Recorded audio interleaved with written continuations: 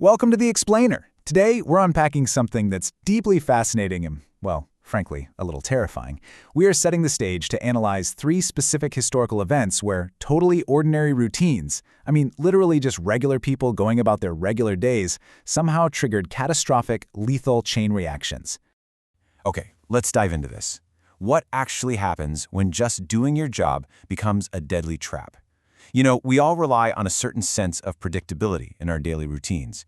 We just expect things to work.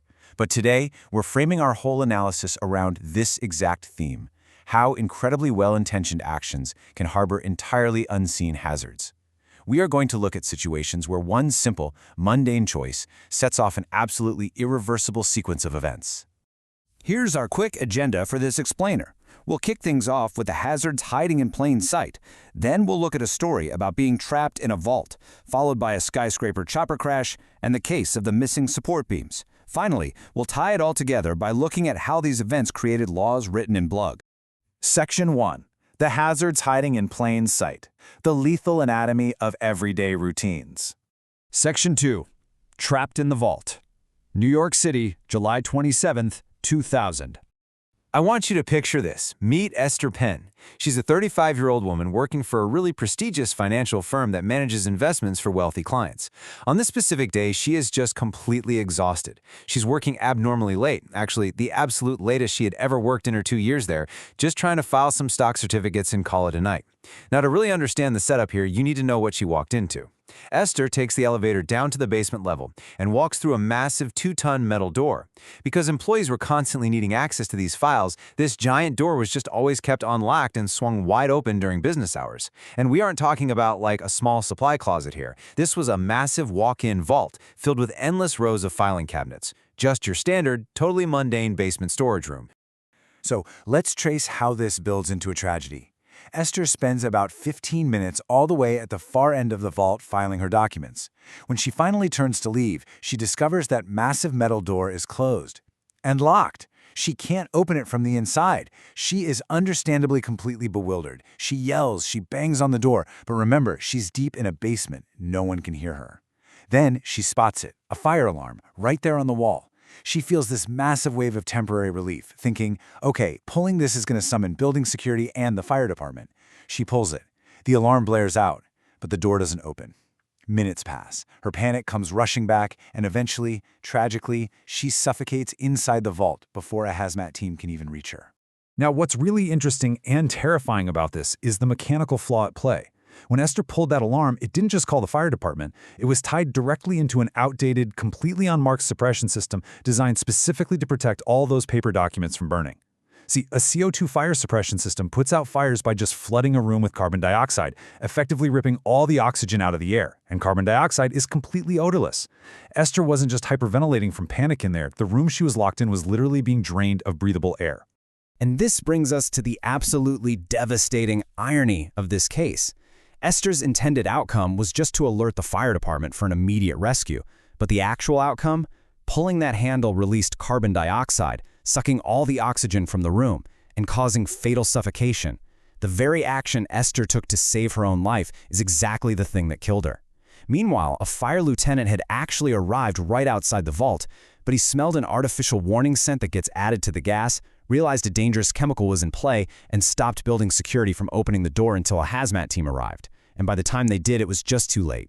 Esther's story is a chilling example of being trapped in a confined, hidden space.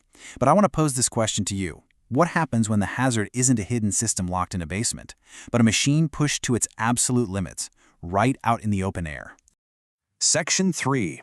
The Skyscraper Chopper Crash. New York City, May 16, 1977. Okay, let's set the scene. We have a 39-year-old lawyer named David Toomey. It's 5:30 p.m. and he is waiting on the roof of the Pan Am building for a super high-end airport shuttle. He paid a premium for this service just to make sure he wouldn't miss his flight. Let's really ground ourselves in the scale of this setup for a second. They are 59 stories up in the air on a massive skyscraper helipad. Up there, David is waiting to board a large helicopter.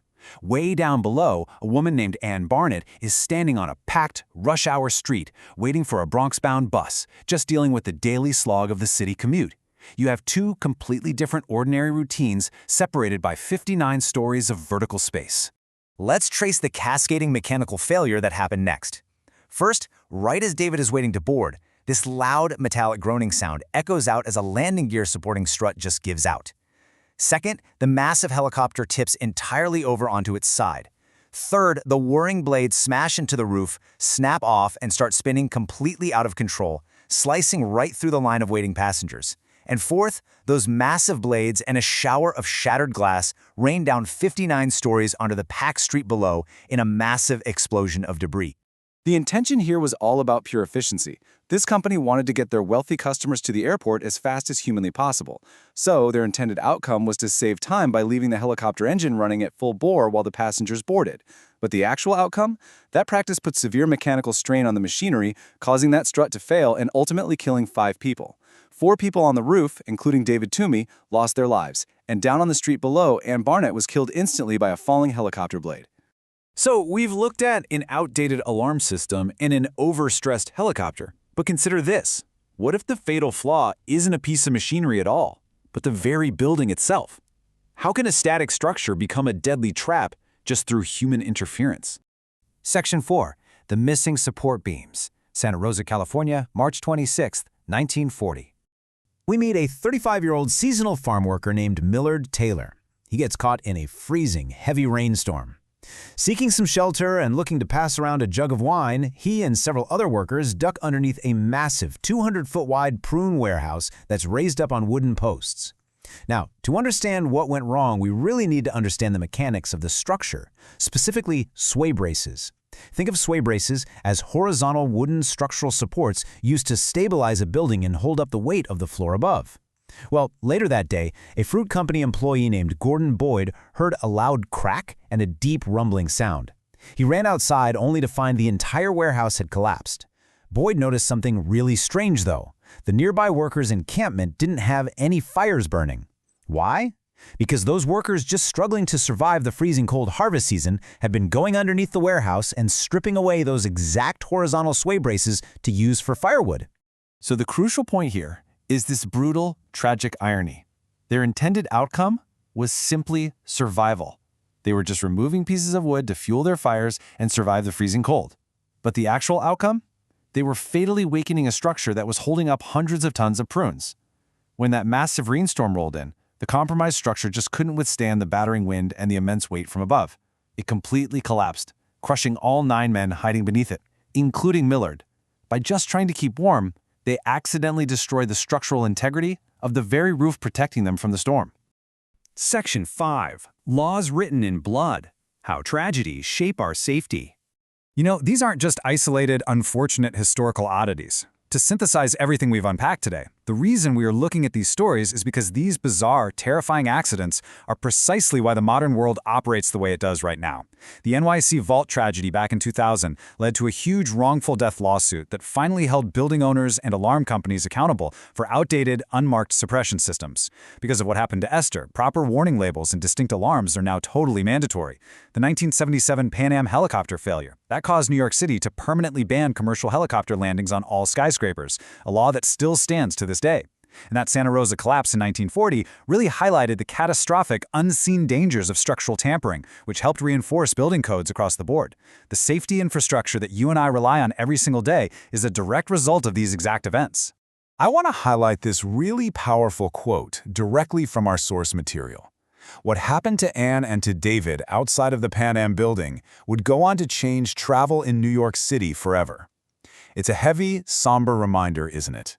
Everyday safety regulations, city laws, and building codes aren't just random, boring bureaucracy.